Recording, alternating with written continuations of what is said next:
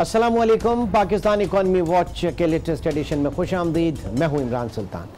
नाज़रीन, कोविड-19 corona virus पूरी दुनिया को इसने हिला कर रख दिया। पूरी दुनिया के हेल्थ केयर सिस्टम को, पूरी दुनिया की मईशत को, डेवलप्ड इकॉनमीज हो या डेवलपिंग इकॉनमीज, तरक्की याफ्ता ममालिक हो या हम जैसे तरक्की पजीर ममालिक, हर मुल्क इस वक्त एक गैर यकीनी की सूरत हाल से गुजर रहा है। मुआशी एतबार से ज़ाहिर है कि इस वक्त हम जिन चीज़ों को डिस्कस करना चाहेंगे प्रोग्राम में, उनका मईशत से गहरा ताल्लुक और न सिर्फ कोरोना वायरस बल्कि उसके बाद लॉकडाउन से पाकिस्तान में एक दोहरी गैर यकीनी की सूरत हाल। क्योंकि हमारे मसाइल बड़े पेचीदा हैं। हमारा एक सिर्फ गुर्बत मसला नहीं है, हमारा सबसे बड़ा पाकिस्तान का अगर कोई मसला है तो वो मईशत की गैर दस्तावेजी है। हमारी इकॉनमी का डॉक्यूमेंट ना होना। हमें ये नहीं पता कि हमारे कितने मजदूर हैं, हमें ये नहीं पता कि एक घर में कितने लोगों को जो है उनका लाइफ स्टाइल कैसा है, कितने खतरे गुर्बत से नीचे हैं। और यही आपने देखा कि जो लॉकडाउन के बाद सबसे बड़ी ज़रूरत पड़ी कि किस तरीके से उन लोगों को अप्रोच किया जाए। जब डेवलप्ड कंट्रीज़ की बात करते हैं, तरक्की याफ्ता ममालिक की बात करते हैं, तो वहाँ पे उनकी मईशत जो है वो डॉक्यूमेंटेड होती है। हर किसी का एक सेंट्रल नंबर होता है, चाहे वो शनाख्ती कार्ड नंबर हो या कोई और नंबर, उससे उन तक रसाई आसान होती है। पाकिस्तान में ऐसा नहीं है। पाकिस्तान में हमारी जो मईशत है उसके पैरेलल एक पूरी अनडॉक्यूमेंटेड इकॉनमी खड़ी है, जो बैंकिंग चैनल के भी बाहर है और जो टैक्स नेट के भी बाहर है। लिहाजा वो कितना कमाते हैं, कितना खाते हैं और उनके क्या, हुकूमत को कुछ नहीं पता। लिहाजा ऐसे लोगों को अप्रोच करने में उनमें यकीनी तौर से एक बड़ा पोर्शन, बहुत बड़ा पोर्शन उन लोगों का है जो कि इस वक्त कोरोना की वजह से बहुत ज़्यादा पेंडेमिक से मुतासिर हुए। तो हुकूमत को उन लोगों को अप्रोच करना बहुत मुश्किल हुआ और उन लोगों का भी हुकूमत को अप्रोच करना, एक्सेस जो है वो बहुत मुश्किल हुआ। तो ये वो बुनियादी हमारे मसाइल हैं जिससे पाकिस्तान की मईशत इस वक्त लड़ रही है, नबर्द आज़मा हो रही है। ऐसे में central bank, state Bank of Pakistan ने अपनी जिम्मेदारी महसूस की और बीच में आया, क्योंकि खदशा था कि बड़े पैमाने पर ले ऑफ्स होंगे, बड़े पैमाने पर गुर्बत फैलेगी और बड़े पैमाने पर बेरोजगारी होगी। तो लोगों के रोजगार को बचाने के लिए, उनके जो आजिर हैं या उनके एम्प्लॉयर्स जो हैं उनको इस काबिल करने के लिए कि वो अपने एम्प्लॉयज को, अपने मुलाजमीन को तनख्वाहों की अदायगी बर वक्त करें, लॉकडाउन से उनका रोजगार मुतासर ना हो, इसके लिए सेंट्रल बैंक बीच में आया और उसने क्रेडिट लाइन जारी की ऐसे बिजनेसेस के लिए, ऐसे कारोबारी लोगों के लिए, ऐसे एसएमईज के लिए जो 3-4% मुनासिब और रियायती शरह सूद के ऊपर कर्जा लेकर और लोगों के रोजगार को 30 जून तक जो है वो यकीनी बनाए। ये स्टेट बैंक की जो आप समझ लें कि रीफाइनेंसिंग स्कीम और जिसे रिस्क शेयरिंग फैसिलिटी कहा गया, किस हद तक कामयाब रही और किस हद तक इसमें मसाइल हैं, इन दोनों चीज़ों का आज हम डिस्कस करेंगे। बहुत ममनून है कि इसमें किया है डॉक्टर इनायत हुसैन जो कि एग्जीक्यूटिव डायरेक्टर हैं स्टेट बैंक के। बहुत बहुत शुक्रिया डॉक्टर साहब हमें ज्वाइन करने का। सबसे पहले तो ये बताइए कि पूरी दुनिया की मईशत इस वक्त, ज़ाहिर है कि जिस वक्त अपने मोनोलॉग में मैंने कहा कि प्रॉब्लम का शिकार है, पाकिस्तान का सबसे बड़ा मसला, कहीं हमारा मसला एक जो अनडॉक्यूमेंटेड इकॉनमी है, मईशत का दस्तावेजी सूरत में ना होना है, उसकी ज़रूरत इस वक्त कितनी ज़्यादा महसूस की गई, ये कितना बड़ा प्रॉब्लम सामने आया इस वक्त हमारा। जी अस्सलाम वालेकुम इमरान साहब। जी पहले तो आपका बहुत बहुत शुक्रिया कि आपने मुझे मौका दिया कि मैं यहाँ आके आपके साथ जो है अपने ख्यालात जो है वो शेयर करूँ। आपने बिल्कुल ठीक फरमाया कि जो अनडॉक्यूमेंटेड इकॉनमी है वो पाकिस्तान के लिए बड़ा चैलेंज रहा है, शुरू से ही बहुत बड़ा चैलेंज रहा है और उसकी वजह से पाकिस्तान की जो टैक्स कलेक्शन है वो भी जो है वो रिलेटिवली बहुत कम है। इवन जब आप उसको कंपेयर करते हैं जो बाकी डेवलपिंग कंट्रीज़ हैं पाकिस्तान जैसे। लेकिन ये कोरोना वायरस की जो क्राइसिस है उसमें ये स्पेशली एक बड़ा चैलेंज बन के सामने आया है, हुकूमत के लिए भी और मरकज़ी बैंक के लिए। हुकूमत के लिए इसलिए कि जितने भी उनके इंसेंटिव पैकेजेस थे जिनको वो डायरेक्ट करना चाह रहे थे, जिनको चाह रहे थे कि उन लोगों तक पहुँचे जिनकी उनको ज़रूरत है, क्योंकि बहुत सारे लोग टैक्स नेट में नहीं थे जैसे आपने भी फरमाया और वो भी प्रॉब्लम का शिकार थे। तो हुकूमत के लिए बड़ा मुश्किल हुआ कि वो कैसे उन तक एक्सेस करेगी। अच्छा, मरकज़ी बैंक के लिए भी यही मसाइल जो है वो खड़े हुए, जैसे जो हमारी स्कीम जिसका आपने अभी जिक्र किया जो स्पेशली स्कीम का वो हिस्सा जिसको हम पहुंचाना चाह रहे थे छोटे कारोबार तक, वहाँ तक ये हमारे लिए बड़ा मसला हुआ कि उनको किस तरह से जो है वो बैंक्स आइडेंटिफाई करेंगे। इसका जो दूसरा हिस्सा है कि बैंकों को एक फैसला करने के लिए कि उन्होंने किसको कर्जा देना है और किसको कर्जा नहीं देना, उनके पास रीजनेबल इंफॉर्मेशन होनी चाहिए। और अगर कोई बिजनेस जो है वो अनडॉक्यूमेंटेड है तो उसके लिए खासा मुश्किल हो जाता है कि वो ये जो इंफॉर्मेशन है, स्पेशली जो फाइनेंशियल इंफॉर्मेशन है जिसका ताल्लुक उनकी मालियाती हैसियत से है, वो बैंक को प्रोवाइड कर सके। यानी आवाम के हवाले से अगर बात करें जो आप उसके लिए तो BISP Benazir income support programme एक बेंचमार्क है, आपके पास एक डेटा है जहां पे अच्छा है बुरा है जैसा भी है लेकिन कुछ है। लेकिन पाकिस्तान में कॉर्पोरेट सेक्टर आप समझते हैं कि बैंकिंग चैनल के अंदर है, they are dealing with banks, कोई मसला नहीं उनके साथ डील करना, बट 60 to 70% जो है लोग कैश के ऊपर काम करते हैं और जो फाइनेंशियल इंक्लूजन नहीं है, जो बैंकों के अंदर मौजूद नहीं है, सिर्फ टैक्स नेट के हवाले से बात नहीं करें, बैंकों के पास नहीं है, बैंकों की उनकी फाइनेंशियल हेल्थ का नहीं पता। लेकिन इस वक्त सबको यह पता है कि माली हालत सबकी पतली है, तो कोई ना कोई ऐसा मैकेनिज्म होना चाहिए था। फिर आप बीच में आए, सेंट्रल बैंक बीच में आया और 30 जून यानी 20 अप्रैल को आपने ये शुरू, 30 जून, अब 3 महीने के लिए ठीक, इसका करंट स्टेटस क्या है, कितने पे आप लोन प्रोवाइड कर रहे हैं, कितने लोगों ने कितने आप लोगों को अप्रोच किया, और फिर नई डायमेंशंस, क्योंकि हर चीज हर तजुर्बे से कुछ ना कुछ सीखते हैं, क्या सीखा सेंट्रल बैंक ने? जी, तो पहले तो मैं आपको ये बता दूं कि जैसे आपने फरमाया कि इसका स्टेटस क्या है, तो 12 जून तक ये जो हमारी स्कीम थी जिसको आमतौर पे रोजगार स्कीम कहा जाता था, इसके तहत तब तक 107 अरब के कर्जे बैंक जो है वो अप्रूव कर चुके हैं। और इसमें जो इसके 2 हिस्से हमने किए थे, एक वो जो बड़े बिजनेसेस थे और एक वो जो छोटे बिजनेसेस और स्मॉल एंड मीडियम एसएमईज थे जी।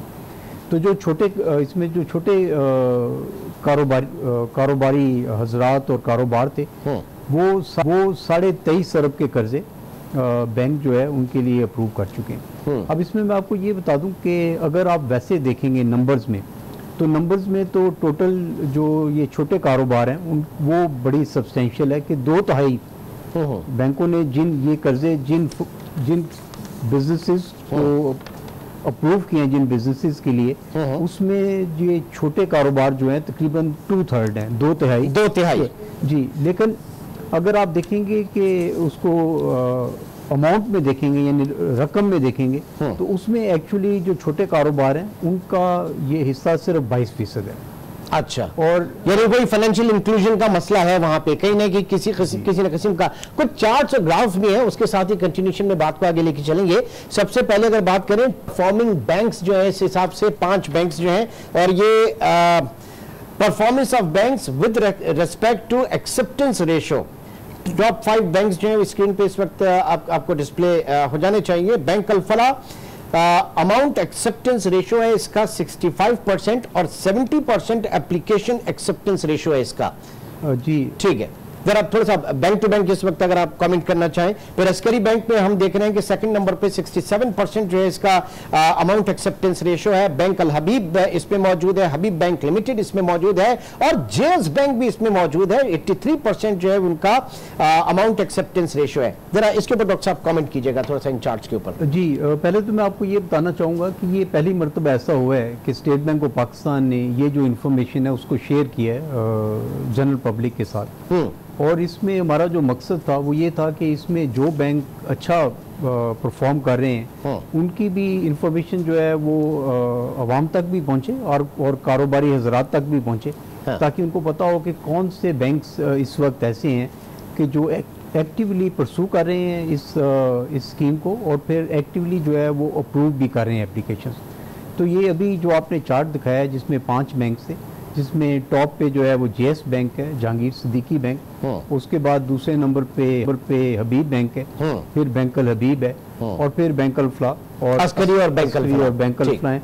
अगर आप इसमें वो देखेंगे कि अमाउंट्स में देखेंगे कि किसने कितनी ज़्यादा अमाउंट जो है वो अप्रूव की है, तो उसमें बैंक अल-फलाह का नंबर 4था है और अस्करी का 5वां है। और अगर आप एक्सेप्टेंस रेशियो में देखेंगे, एक्सेप्टेंस रेशियो ये है कि जितनी एप्लीकेशन आपके पास आई हैं उनमें से कितनी आपने एक्सेप्ट की हैं, तो उसमें अस्करी का चौथा नंबर है और बैंक अल्फला का 5वां नंबर है।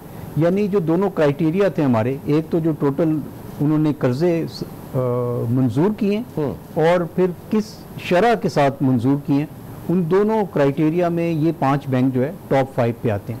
और मैं आपको ये भी बताता चलूँ कि ये जो टोटल अप्रूवल की अमाउंट है 107 अरब, उसमें से 61% जो है वो इन 5 बैंकों ने अप्रूव किया है। तो ये 5 बैंक जो है इनकी जो कारकर्दगी है हमारी रोजगार स्कीम में वो बहुत अच्छी रही। अच्छा, वैसे नॉर्मली जेएस बैंक को हम काउंट उसमें नहीं करते, टॉप 5 बैंक्स में नहीं होता, लेकिन यहाँ पे हम देख रहे हैं कि आपके रोजगार स्कीम जो है, जो कंसेशनल लेंडिंग है, फाइनेंसिंग है, उसमें बहुत एक्टिवली जो है वो परस्यू कर रहा है, पार्टिसिपेट कर रहा है JS bank, which is good sign. आगे बढ़ते हैं और इसी में लीस्ट के हवाले से अगर बात करें तो कुछ 5 बैंक्स वो भी हैं जो कि इसमें लीस्ट परफॉर्म कर रहे हैं। उनमें आप देखेंगे कि एबीएल, एलाइट बैंक है, यूनाइटेड बैंक है, नेशनल बैंक है, एमसीबी है, स्टैंडर्ड चार्टर्ड है। इसके ऊपर जरा मैं चाहूंगा कि डॉक्टर साहब आप कुछ कमेंट करें। जी, ये हमारे लिए भी देखें बड़ा कैंडिडली और फ्रेंकली आपसे कहूँगा कि हमारे लिए भी बड़ा ये एक सोर्स ऑफ कंसर्न है, क्योंकि ये जो अभी नाम लिए हैं इसमें 4 जो है हमारे बड़े बैंक हैं जी। अच्छा, अब इनकी जो है वो एक तो जो टोटल अप्रूवल अमाउंट है वो भी कम है, और फिर जो इनकी अप्रूवल की शरह है, यानी जो इनके पास एप्लीकेशंस आती हैं उसमें से इन्होंने अप्रूव मंजूर कितने कर्जे किए हैं वो भी जो है हमारे ख्याल से काफ़ी कम है।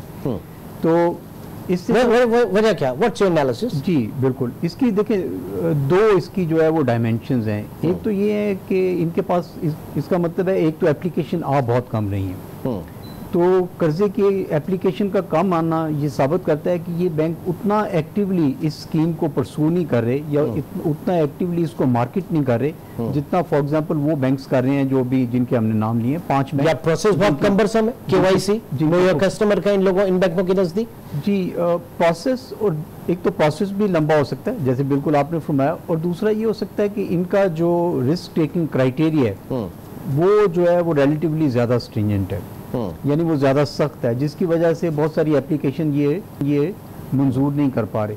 और अभी तक जो हमारी इंटरेक्शन बैंक से रही है उसमें हमने यही उनको एक्सप्लेन करने की कोशिश की है कि आजकल की जो इकोनॉमिक कंडीशंस हैं उसमें बैंक्स को अपने कस्टमर्स को जो है फैसिलिटेट जो है वो करना चाहिए। इसमें मैं एक बड़ा, अगर आप मुझे इजाज़त दें तो एक बहुत इंपॉर्टेंट डायमेंशन है जिसका आपने जिक्र किया, लेकिन मेरा ख्याल है उसको थोड़ा सा हमें तफसील से डिस्कस करना चाहिए, वो है रिस्क शेयरिंग फैसिलिटी। ये स्टेट बैंक ऑफ पाकिस्तान की रिकमेंडेशन पे गवर्नमेंट ऑफ पाकिस्तान ने 6 मई को एक रिस्क शेयरिंग फैसिलिटी का ऐलान किया था, जिसके तहत जो कर्जे एसएमईज को, छोटे बिजनेसेस को, जिनकी जो सेल्स टर्नओवर है वो 2 अरब से ज़्यादा ना हो, उनको दिए जाते हैं। तो उसमें हुकूमत ने ये अंडरटेकिंग की है कि उसका अगर कोई लॉस होता है उसमें तो 40% तक वो हुकूमत बर्दाश्त करेगी। तो ये बैंकों के लिए जो है वो एक बहुत बड़ा हमारा बहुत बड़ी सपोर्ट है कि इन हालात में मैं ये कहता हूँ डॉक्टर साहब कि अगर प्रोविजनिंग होनी चाहिए, 1-2 अरब अगर बेड डेट भी आ जाता है, खराब भी हो जाता है, खत्म भी हो जाता है, तो वो इतना प्रॉब्लम नहीं होना चाहिए हुकूमत के लिए, क्योंकि जो जिस मैसिव लॉस को हम देख रहे हैं कोई ना कोई तो प्रोविजनिंग होगी ना उसकी। जी, और इसमें अगर आप देखें तो मैं कहूँगा कि हुकूमत पाकिस्तान जो है वो बहुत उसने जनरसिटी का मुजाहरा किया है, क्योंकि अभी तक जो हमारा पिछला जो हिस्ट्री है उसमें जैसे 2008 का जो क्राइसिस आया था, जिसके बाद हमारे जो नॉन परफॉर्मिंग लोन्स हैं वो बढ़ना शुरू हुए और पीक हुए 2011 और 2012 में, उसमें भी एसएमई में जो इन्फेक्शन है वो 30% से नहीं बढ़ी, 28% की उसकी जो है, बट यहाँ हालात ज़्यादा सिवियर। जी नहीं, मैं ये कहना चाह रहा हूँ कि यहाँ पे तो हुकूमत ने 40% तक का जो है आपको रिस्क शेयरिंग किया। ओके, ठीक है, लेकिन योर पॉइंट के इस वक्त लीस्ट परफॉर्मिंग 5 बैंक्स जो हैं, जिनमें बड़े बैंक्स शामिल हैं, जिनको हम बिग 5 के नाम से जो है पाकिस्तान में जाना जाता है, उनके एडवांस डिपॉजिट के हवाले से, उनकी बैलेंस शीट्स के हवाले से, वो एक कॉज ऑफ कंसर्न है, पॉइंट ऑफ कंसर्न है मरकजी बैंक के पास यहाँ पे। ठीक है, आगे बढ़ते हैं। ग्रोथ ट्रेजेक्ट्री जो है आपकी 5 बैंक्स की अंडर रिस्क मैनेजमेंट फैसिलिटी, थोड़ा सा इसके ऊपर भी मैं चाहूंगा डॉक्टर साहब जरा देख लें। अगेन जीएस बैंक जो है वो बहुत एक्टिवली इसको पार्टिसिपेट कर रहा है। कहीं किसी चीज पे कोई कॉम्प्रोमाइज तो नहीं हुआ होगा, कोई डर खौफ तो नहीं होगा, एज ए रेगुलेटर आपके जहनों में कोई चीज तो नहीं है यहाँ? किसी भी बैंक के हवाले से? जी नहीं, हमारे जहन में नहीं है, क्योंकि और वो डर खौफ इस वजह से नहीं है कि हमने ओवर दी ईयर्स, जब पाकिस्तान के हालात इकनॉमिक कंडीशन जो हैं वो रिलेटिवली बेहतर थी, तो हमने बड़े सब्सटेंशियल कुशन जो है वो बिल्ड किए हैं, और वो जो कुशन बिल्ड किए जाते हैं या बफर्स बिल्ड किए जाते हैं वो आजकल के हालात के लिए किए जाते हैं। तो अगर आप पाकिस्तान में बैंकों की, जिसको हम कैपिटल एडिक्वेसी रेशो कहते हैं, कि बैंकों के पास अपने जो रिस्क हैं उसको बर्दाश्त करने के लिए कैपिटल कितना है, तो वो 17% से ज़्यादा है। और इसको मैं आपके नाजरीन के लिए कुछ वजाहत करता चलूँ कि इसको अगर आपने इसको कंपेयर करना हो तो आप इसको कंपेयर करेंगे इंटरनेशनल स्टैंडर्ड्स के साथ। तो इंटरनेशनली जो स्टैंडर्ड रिक्वायर करता है वो 10% करता है, तो हम आप देखें तो उससे तकरीबन 1.7 टाइम्स ऊपर है। तो बैंकों के पास सब्सटेंशियल कुशन अवेलेबल है कि वो इस रिस्क को अब्जॉर्ब कर सकें। और अगर आप मुझे इजाज़त दें तो मैं एक और बड़ी अहम बात करना चाहूँगा, क्योंकि मेरे ख्याल में वो नाजरीन के लिए भी, आपके लिए भी, और स्पेशली जो छोटे बिजनेसेस हैं पाकिस्तान में, उनके लिए बड़ी इंपॉर्टेंट है। जैसे अभी जो आपने ट्रेजेक्टरी दिखाई है वो आपने उन बैंक्स की दिखाई है जिनकी परफॉर्मेंस बहुत अच्छी थी, जो टॉप 5 हैं। लेकिन जो बहुत सारे दूसरे बैंक्स हैं उनकी ट्रेजेक्टरी उतनी अच्छी नहीं है। ठीक है, उसके लिए हमने एक बहुत ही एलेबोरेट किस्म का जो है वो complaint mechanism system state Bank of Pakistan ने जो है वो बनाया है, और इसमें governor state Bank of Pakistan खुद उसमें बहुत जो है वो ज़ाती दिलचस्पी ले रहे हैं। और 10 जून को उन्होंने हमारे स्टेट बैंक के 15 जो रीजन्स हैं वहाँ पे जो है हमारे ऑफिसेज हैं, तो गवर्नर स्टेट बैंक ने खुद उन 15 रीजन्स में जो है उनके जो वहाँ पे चैम्बर्स हैं, chambers of commerce and industry, उनके जो सदूर हैं उनसे मुलाकात की, और उसमें भी उन्होंने ये जो मैकेनिज्म है उसको अनाउंस किया। मैं थोड़ी सी इसकी तफसील देना चाहूँगा। अगर मुझे एक ब्रेक की कॉल है, डॉक्टर साहब हमारे साथ है, और एज ए रेगुलेटर जो है वो ये सारी बातें कर रहे हैं, लेकिन इस पूरी स्कीम के 2 पार्ट हैं। एज ए रेगुलेटर तो स्टेट बैंक ने ये स्कीम लॉन्च कर दी, but as a regulatory banks जो है वो इस स्कीम को किस तरीके से आगे लेके चले हैं। और तीसरी चीज ये कि जिन लोगों को ये पैसा मिलना था, जिनको जरूरत थी, जिनको है इसकी जरूरत, क्या हकीकतन ट्रू लेटर एंड स्पिरिट में उनको ये पैसा मिला है या नहीं मिला है, या इसका कहीं कोई मिसयूज हुआ है, ये भी हम जानेंगे। खदशात हर किसी चीज के होते हैं। तो डॉक्टर साहब हमारे साथ मौजूद है, एक छोटे से ब्रेक के बाद दोबारा मिलते हैं।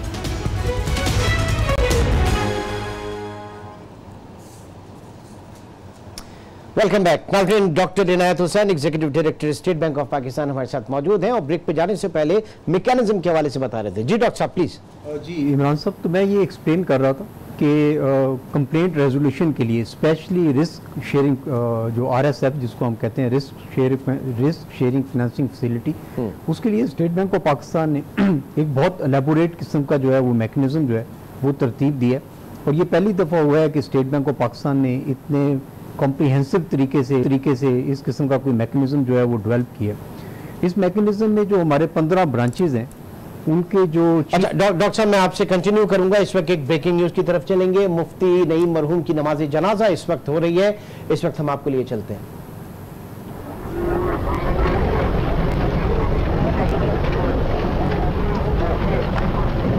मनाजिर आप इस वक्त देख रहे हैं, सफबंदी मुमताज़ आलिम दीन मुफ्ती मोहम्मद नईम की नमाज जनाजा अदा कर दी गई है, और अब उनका जज्द खाकी जो है वो बानियार जामिया बनूरिया में उनकी तदफीन होगी। मुफ्ती नईम की नमाज जनाजा अदा कर दी गई है। जी एक बार फिर आ जाते हैं हम तरफ। जी डॉक्टर साहब प्लीज कंटिन्यू कीजिएगा। जी थैंक यू। जी इमरान साहब, तो मैं ये एक्सप्लेन कर रहा था कि इस मैकेनिज्म में जो स्टेट बैंक की 15 ब्रांचेज हैं उनके चीफ मैनेजर जो है वो फोकल पर्सनस हैं, और उसके अलावा हर सिटी में, इस सिटी में जो 15 जहाँ पे हमारे चीफ मैनेजर्स फोकल पर्सन हैं, वहाँ पे जितने भी पाकिस्तान में बैंक्स हैं जो इसमें इस स्कीम में पार्टिसिपेट कर रहे हैं, उनके भी एक सीनियर ऑफिसर जो है वो फोकल पर्सन है। और इन दोनों की कंप्लीट जो इंफॉर्मेशन है वो हमारी वेबसाइट पे है। अगर आप हमारी मेन वेबसाइट पे जाएंगे तो उसमें कोरोना का एक लिंक दिया हुआ है, जब आप उसको क्लिक करेंगे तो उससे आप इन लोगों तक पहुंच सकते हैं। तो मेरी जो गुजारिश है वो ये है कि अगर किसी बिजनेस को कोई प्रॉब्लम हो रही है किसी भी बैंक से, तो वो जिस शहर में भी हैं वो इन लोगों को जो है वो अप्रोच कर सकते हैं। ठीक है। अच्छा सर, अब इस तरफ आ जाते हैं कि अब जाहिर है कि 10 दिन बाद ये स्कीम खत्म हो जानी है ऑफिशियली, जो इस क्या इसको एक्सटेंड करेंगे, इसके ऊपर कोई बात हुई है? 30 जून तक मुलाजमतें जो है वो बरकरार रहेंगी, आगे के लिए कुछ है? जी, हमें बहुत सारी जो एसोसिएशंस हैं और बिजनेसेस हैं उन्होंने अप्रोच किया है और उन्होंने हमसे यही रिक्वेस्ट किया है कि इस स्कीम को जो है फर्दर एक्सटेंड किया जाए। तो वो जो एक्सटेंशन है वो ज़ेर गौर है। ऑफ कोर्स हमें ठीक है, आगे बढ़ते हैं। इस वक्त हमें जुबैर मोतीवाला साहब ने ज्वाइन किया, जो कि फॉर्मर चेयरमैन रहे सिंध बोर्ड के मारूफ सनतकार है। जुबैर साहब, बहुत शुक्रिया हमें ज्वाइन करने का। बात की जा रही है इस वक्त रिस्क शेयरिंग फैसिलिटी, और डर था कि आप लोग जो है सनतकार जो है वो लोगों को जाहिर के रोजगार से बर्खास्त करेंगे, क्योंकि आप लोगों के पास भी लिक्विडिटी का मसला है, प्रॉब्लम है, लॉकडाउन है। ऐसे में सेंट्रल बैंक जो है वो कंसेशनल रेट्स पे 3% के ऊपर जो है फाइनेंसिंग फराहम कर रहा है। ये बताइएगा कि सेंट्रल बैंक ने एज ए रेगुलेटर तो अपने तकरीबन 107 अरब और 23 अरब की अमाउंट निकाल दिया, जारी कर दिया। बैंक्स जो कि रेगुलेटरी है वो आगे लेकर किस हद तक चलने में कामयाब हुए, और क्या वाकई उन डिजर्विंग लोगों को मिला कि नहीं मिला? देखिए, आपने वर्ड क्या इस्तेमाल किया स्टेट बैंक के लिए। रेगुलेटर को क्या करना होता है? रेगुलेट करना होता है। और जो स्कीम जिन पर्पजेस के लिए इंट्रोड्यूस की जाती हैं, यानी अवाम की फलाह के लिए, खास करके जिस पर्पज के लिए ये स्कीम है वो लेबर्स को इंटैक्ट रखने के लिए, मुलाजिम अनएम्प्लॉयमेंट क्रिएट ना हो उसको देखने के लिए, एम्प्लॉयमेंट को इंटैक्ट करने के लिए इसको देखना है। तो इनका काम है रेगुलेटर का कि ये 107 अरब रुपए जो उन्होंने दिए हैं वो अपने बैंक से पूछें कि आपने किसको ये दिए हैं आगे, क्योंकि ये 0% के ऊपर 0% स्टेट बैंक दे रहा है। हाँ। अपनी कॉस्ट तो है ना पैसों की। इसका मतलब ये है कि अगर आज 9% का इंटरेस्ट रेट है तो स्टेट बैंक अपने पल्ले से 9% दे रहा है और अपने बैंकों को मुहैया कर रहा है 0% पे। वो आगे 3% अपना कमीशन लगा के आगे दे रहे हैं। अब जो है ना, इसमें जो पहली बात यह है कि क्या इन्होंने अपने जो फराइज मनसबी हैं वो अदा किए, क्या अपने जिनको इन्होंने ये पैसे आगे फॉरवर्ड किए उनके पास क्या उन्होंने उसकी कोई लिस्ट उनके पास कोई आई? इसमें उन्होंने देखा कि इसको किस तरह से डिस्ट्रीब्यूट किया गया, किन लोगों को डिस्ट्रीब्यूट किया गया। और सबसे बड़ी चीज जो इनको देखने की है मेरी नजर में वो ये है कि एक अमाउंट है और कितने नंबर हैं। अगर ये उनसे ये पूछ लें कि आप इसको डिस्ट्रीब्यूट कर दें, जिन्होंने 1 करोड़ लिया है, जिन्होंने 50 लाख लिया है, जिन्होंने 1 करोड़ से ज्यादा लिया, जिन्होंने 50 लाख से कम लिया, 10 लाख से कम लिया, अगर इसको नंबर को अगर आप देखेंगे तो जो हमारी इत्तलात हैं कराची चेंबर के हवाले से और बाकी एसोसिएशन के हवाले से ये है कि ये बड़े लोगों में ये तकसीम हो गया और कई जगह पे ये स्वाप भी हुआ है। उन्होंने जो है ना वो अपना जो 9% वाले जो कर्जे हैं या 11% पे जो ले रहे हैं उससे उसको स्वाप भी कर दिया। तो मेरा मकसद ये है कि स्टेट बैंक को एज ए रेगुलेटर अपना फर्ज अदा करना चाहिए। क्या उन्होंने किया? ठीक है डॉक्टर साहब, ये जाहिर है कि इस वक्त लोगों के कंसर्न हैं। Central bank as a regulator जो अमाउंट आपने डिसबर्स किया वहां आपने तो दिया, बैंकों को लाइन दी, और बैंक्स ने आगे जो डिसबर्स किया क्या उनकी डिटेल्स आपके पास हैं कि ये अरबों रुपए किन बिजनेसेस के पास गया, किन लोगों के पास गया? और दूसरा ये कि जो स्वैप की बात करी है 14, 15, 16, 17% के ऊपर किसी अगर बड़े ने लिया हुआ कर्जा उसने गनीमत जाना कि 3% के ऊपर मिल रहा है तो वो ये कर्जे लेकर उसको स्वैप कर दे, ये चीजें आपके यकीनन ज़ेरे गौर तो आई होंगी? जी बिल्कुल। आई थिंक कि जुबैर मोती साहब वाला की बड़ी अच्छी ऑब्जर्वेशन है। तो पहले तो मैं ये वजाहत कर दूं कि ये ऐसा नहीं है कि ये पैसे हम बैंकों को दे देते हैं और उसके बाद वो आगे डिस्बर्स करते हैं। इसका जो प्रोसेस है वो ये है कि पहले बैंक ये डिस्बर्स करते हैं अमाउंट और उसके बाद फिर स्टेट बैंक से लेते हैं। तो ये जो 107 अरब की रकम है ये एक्चुअली वो अप्रूव कर चुके हैं और आगे डिस्बर्स होना शुरू हो गई है। तो जब वो आगे उन्होंने जिनको दिया है उसका रिकॉर्ड सेंट्रल बैंक के पास होगा? जी जी बिल्कुल, मैं वही अब अच्छा इसमें जिस हर फर्म का हमारे पास रिकॉर्ड है, इसीलिए तो मैं आज जैसे आपको वजाहत कर रहा था कि तकरीबन अब तक 1500 जो फर्म्स हैं उन्होंने अब तक ये लोन की फैसिलिटी ली है और उसमें से तकरीबन 979 है टू बी एग्जैक्ट, वो ये स्मॉल एंड मीडियम एंटरप्राइजेज और छोटे कारोबारी हैं। और इसी तरह में जैसे मैं आपको बता रहा था कि कितनी रकम है, तो 23.5 अरब की रकम है जो इन लोगों के लिए अप्रूव की गई है। तो हमारे पास ईच एंड एवरी बॉर्वर जो फैसिलिटी ले रहा है उसका रिकॉर्ड है और इसको हम वीकली बेसिस पे जो है वो मॉनिटर कर रहे हैं। और जैसे मैंने आपको वजाहत की थी कि ये वो स्कीम है जो स्टेट बैंक ऑफ पाकिस्तान के लिए बहुत हाई प्रायोरिटी स्कीम है। तो इसमें स्कीम की जो डिसबर्समेंट है उसकी जो अप्रूवल है और उसके बाद अभी जैसे मैंने आपको वजाहत की कि कितना बड़ा हमने एक पूरा मैकेनिज्म बनाया है इस स्कीम के अंदर। किसी को अगर किसी किस्म की कंप्लेंट्स हैं तो उसको रिजॉल्व करने के लिए ना सिर्फ स्टेट बैंक बल्कि हमारा जो एक झेली इदारा है जिसको हम BSC कहते हैं, बैंकिंग सर्विसेज कॉर्पोरेशन, और उसके 15 सूबों में जो ब्रांचेज हैं वो सारी मिलकर ये कोशिश कर रही हैं कि इसकी जो यूटिलाइजेशन है वो प्रॉपर हो। जुबैर साहब, अगर आप लाइन पे मौजूद है, ज़ाहिर है कि एक चीज जो है उसको यहाँ पे उन्होंने जो है चीजों पे जो कंसर्न है उसको क्लियर किया। आगे बढ़ते हैं, ये बताइएगा कि पाकिस्तान में, बांग्लादेश की बात करते हैं कि 0% पे उनके सेंट्रल बैंक ने लैंडिंग की, पाकिस्तान में 3% पे, लेकिन हमारा एक बहुत बड़ा पोर्शन ऐसा है जो किसी भी वजह से बैंकिंग सेक्टर के अंदर इंटरेस्ट के ऊपर काम नहीं करता, वो अपने सेल्फ फाइनेंसिंग के ऊपर काम करते हैं ना। क्या उनके लिए प्रॉब्लम है कि नहीं है, ये बताइएगा। और दूसरा ये कि 10 दिन बाद जो ये स्कीम खत्म हो जाएगी उसके बाद क्या ले-ऑफ्स देख सकते हैं? देखिए, इसमें दो बातें हैं। एक बात तो ये है, सबसे पहली बात ये है कि देखिए 70% आज के जो आपके जो पाकिस्तान में जो इदारे काम करते हैं वो बैंकिंग करते ही नहीं सिरे से, क्योंकि वो रिलीजियसली इंटरेस्ट के लेन देन को हराम समझते हैं, वो नहीं करते। लिहाजा ये तो उसके मुस्तफीज हुए ही नहीं, ना उन्होंने कभी अप्लाई किया। बाकी जो 30% रह जाते हैं, इसमें उन्होंने ये नंबर बताया 901, क्या ये इनके पास अभी ये कोई नंबर है कि 901 को 160 में से कितने रुपए मिले और बाकी 500-600 को कितने मिले? क्योंकि हमारी इत्तलात के मुताबिक ये जो बात कर रहे हैं कि अगर इनके पास सारी इंफॉर्मेशन है तो ये इनको पता होना चाहिए कि 901 में कितने पैसे दिए। ये खुद देखेंगे तो इनको पता चल जाएगा जो मैं बात कर रहा हूं वो क्या है। दूसरी बात ये है कि देखें, ये कर्जा है।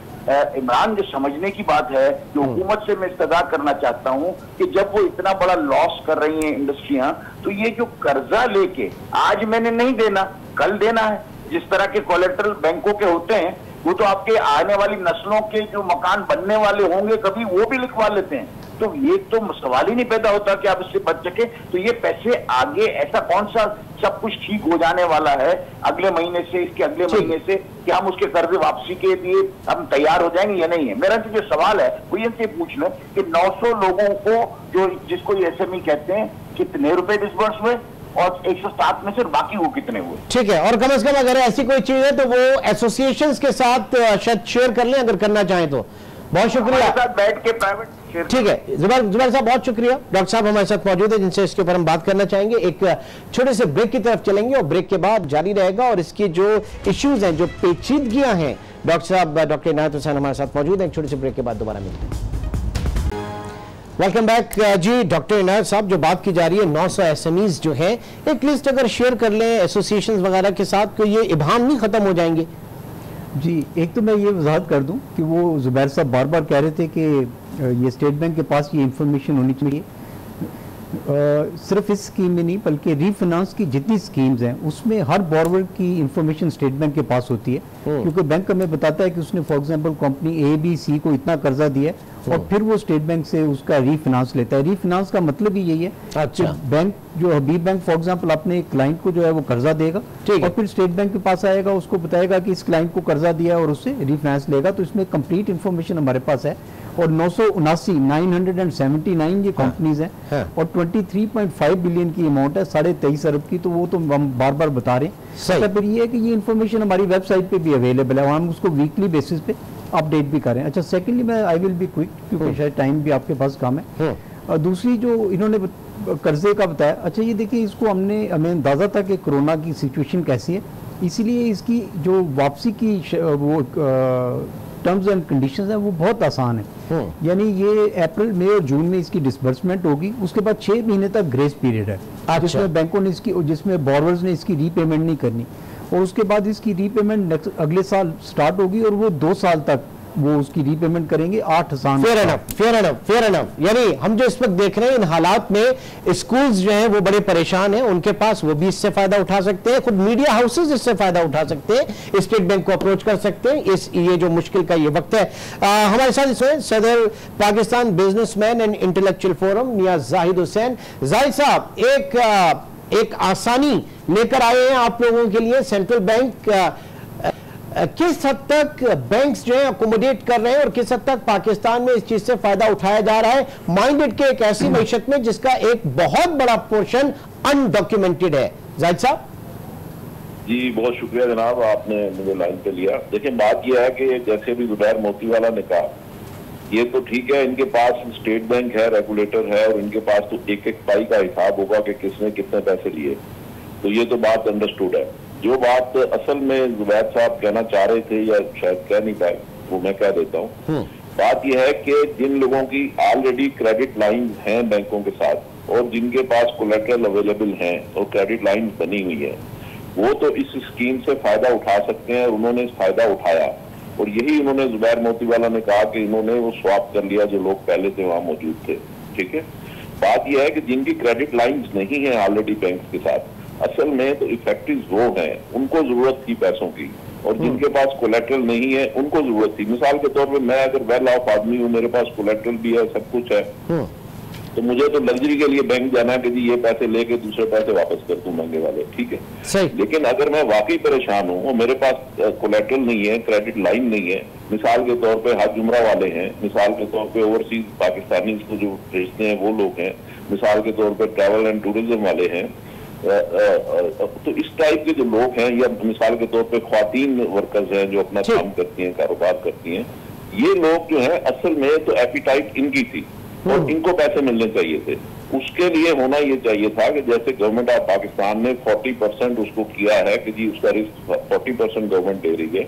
असल में किसी को 2-2 करोड़ और 10-10 करोड़ की जरूरत नहीं थी, उनको जरूरत थी 10 लाख, 20 लाख, 25 लाख, 50 लाख। उसके लिए विदाउट कोलेटरल गवर्नमेंट को या स्टेट बैंक को स्कीम बनानी चाहिए थी। उसमें से 40% तो गवर्नमेंट ने टेक ओवर किया, 60% भी जिनके पास नहीं है और अक्सरियत के पास नहीं है, जरूरत इस चीज की थी कि आप 5-5, 10-10, 15-15 लाख रुपए देते और लाखों लोगों को देते। डॉक्टर साहब से टेक ले रहे थे, डॉक्टर साहब लोग अपने पैरों पर खड़े होते, वक्त की कमी है, वक्त की कमी है जी। डॉक्टर साहब जी, जाहिद साहब ने बिल्कुल ठीक फरमाया और ये चीज़ हमारे ज़ेरे गौर भी थी। इसीलिए देखें, एक तो पहली बात ये है कि जो बहुत छोटे कर्जेदार हैं, जिन्होंने जैसे ये कह रहे हैं कि 5 लाख, 10 लाख या 20 लाख, उनके लिए ये है कि 5 मिलियन तक यानी 50 लाख तक स्टेट बैंक की तरफ से कोई ऐसी कंडीशन नहीं है कि उनसे कोलेटरल लिया जाए, तो 50 लाख तक बैंक बगैर किसी। लेकिन सर जब आप बात करते हैं कि उनके मुलाजमीन के शनाख्ती कार्ड दें और उनके बैंक अकाउंट्स, क्योंकि बैंक अपने लेवल पे नीचे ये पूछ रहे हैं, तो बैंक अकाउंट्स वो तो कैश के ऊपर लेते हैं, 15-15 दिन की उनकी तनख्वाह का सिलसिला होता है जो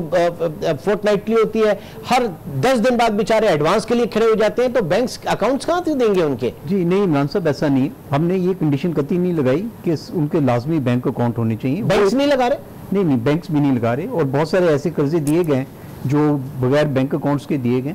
हमने जो सिर्फ कंडीशन है वो ये है कि वो जो उनके एम्प्लॉयज़ हैं जिनको ये वेजेस दी जा रही हैं, उनका नाम, उनका CNIC नंबर और उनका सेल नंबर ये प्रोवाइड किया जाएगा बैंक को। क्योंकि देखिए इसका क्योंकि बुनियादी मकसद ये था कि हम लोगों के रोजगार बचाना चाह रहे थे, तो हमें पता होना चाहिए कि वाकई ऐसा है कि जो बिजनेसेस ये कर्जे ले रहे हैं वो आगे ये जस्टिफाई करता है, बिल्कुल जस्टिफाई करता है। और मैं एक और वजाहत करना चाहूँगा कि देखिए ये जो प्रॉब्लम जाहिद साहब ने भी बताई, और शायद जो वो कह रहे हैं कि जुबैर मोतीवाला साहब भी इसी की तरफ इशारा कर रहे थे कि वो लोग जिनके पास कोलेटरल नहीं है, तो देखिए इसमें अगर आप देखें तो 2 चीज़ें होती हैं। एक तो ये है कि एनेबलिंग फ्रेमवर्क देना ताकि बैंक उसमें जो है कर्जे दे सकें। तो हमने जैसे मैंने आपको कहा कि वो प्रोवाइड कर दिया कि 50 लाख तक बैंक बगैर किसी कोलेटरल के कर्जा दे सकते हैं। फिर गवर्नमेंट ने हमारी रिक्वेस्ट पे रिस्क शेयरिंग फैसिलिटी बता दी ताकि 40-60 के अगर किसी के पास जो है अप टू 40% तक कोलेटरल नहीं है तो तब भी बैंक 60% लेके उसको कोलेटरल दे सकते हैं। तो जब हमने कंडीशन सारी जो है वो ईज कर दी है, तो उसके बाद हमने एक उसी वक्त कंप्लेंट मैकेनिज्म भी लेके आ गए। सही सर एक अपॉर्चुनिटी भी तो निकाले ना इस पूरे सिनेरियो में। कोरोना का जो कर्स है इसमें एक सिनेरियो, एक अपॉर्चुनिटी है कि हम भले 0 रेट पे लेके आते लेकिन हम फाइनेंशियल इंक्लूजन की तरफ लेकर आते, ज्यादा से ज्यादा लोगों को हम दस्तावेजी की तरफ लेकर आते। ये किस नंबर पे तरजीह रही है सेंट्रल बैंक की? ये तो हमारी शुरू से देखें बहुत टॉप पे है, और अगर आप इसकी अंडरलाइंग देखें, एक ऑब्जेक्टिव हमारा यही है, जो इतना हमने आसानी पैदा की है छोटे कर्जेदारों के लिए, वो यही है कि वो लोग जो अभी बैंक से कर्जा नहीं ले पा रहे, जैसे जाहिद साहब ने भी फरमाया, उनके लिए अगर आप हमारी स्कीम देखेंगे तो फॉर एग्जांपल हम एक बड़ा आसान सा हम फॉर्म भी लेके हैं ताकि बैंक अननेसेसरीली उनसे बहुत ज़्यादा इन्फॉर्मेशन ना मांगे। सिमिलरली कोलेटरल का मैंने आपको बता दिया। और मेरे ख्याल में जो सबसे अहम बात है वो जो मैं बार बार कह रहा हूँ कि जो इस वक्त कंप्लेंट मैकेनिज्म हैंडलिंग जो हमने इस वक्त पुट इन प्लेस किया है वो आज से पहले कभी नहीं किया। तो अगर कोई छोटा कारोबारी है और उसको किसी बैंक से प्रॉब्लम है और बैंक उसको ठीक तरह से एंटरटेन नहीं कर पा रहे, तो वो अप्रोच कर सकता है, को अप्रोच कर सकता है। और ये इतनी इंपॉर्टेंस है इसकी कि हम डेली बेसिस पे रिपोर्ट जो है गवर्नर स्टेट बैंक को। डॉक्टर साहब बहुत बहुत शुक्रिया प्रोग्राम में आप शरीक रहे। देख रहे हैं कि ये किस स्कीम को पजीराई मिलती है और जो डिमांड है इस वक्त कोरोना के पर्सपेक्टिव में एक गैर यकीनी की सूरत हाल के 30 जून के बाद भी इस स्कीम को कंटिन्यू किया जाए और कोशिश की जाए कि हर पाकिस्तानी जो है उसका रोजगार महफूज रहे। इंशाल्लाह आपसे फिर मुलाकात होगी। अपना बहुत ख्याल रखिएगा। अल्लाह हाफ़िज़।